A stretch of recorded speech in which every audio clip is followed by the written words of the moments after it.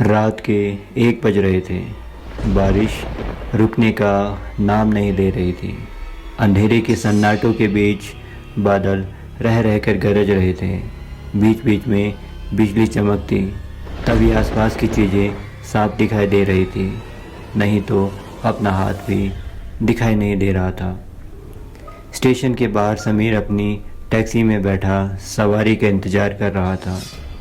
वैसे रात बहुत हो गई है और मौसम भी रुक नहीं रहा। शायद ही अब कोई सवारी मिलेगी।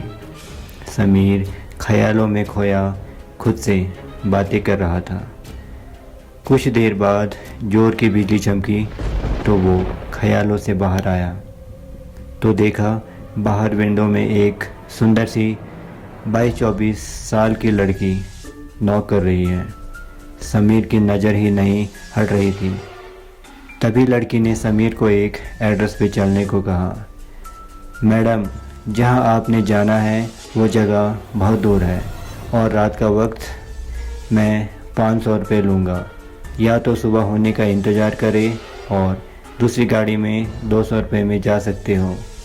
समीर ने गाड़ी में बैठे लड़की से बोला, ये लो भैया 300 रुपये, बाकी घर पहुंचकर दे दूंगी और मेरा जाना अर्जेंट है। 3 घंटे बाद लड़की ने गाड़ी रोकने को कहा और घर के अंदर चली गई। बहुत देर हो गया और लड़की नहीं आई तो समीर भी घर के अंदर चला गया। दरवाजे पर जाकर डोरबेल बजाई तो एक बूढ़ा इंसान बाहर आया। बेटा, तुम कौन हो? इतनी रात को क्यों आए हो?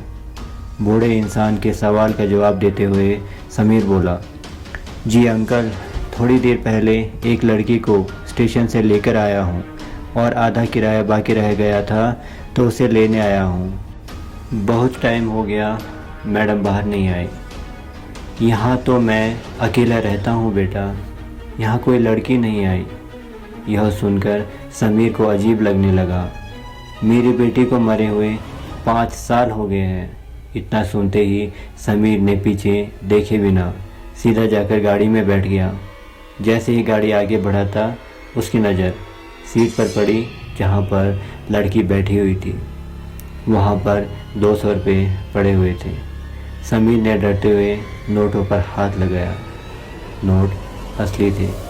डर से सहमा तो था ही, ना चाहते हुए भी उसने नोट जेब में डाले और तेज़ रफ्तार के साथ वहाँ से निकल गया। धीरे धीरे रात का अंधेरा छंटने लगा, मतलब सुबह होने लगी थी। उसने मन ही मन भगवान को थैंक यू कहा और सोचने लगा, आज के बाद कभी भी रात की सवारी नहीं लेगा।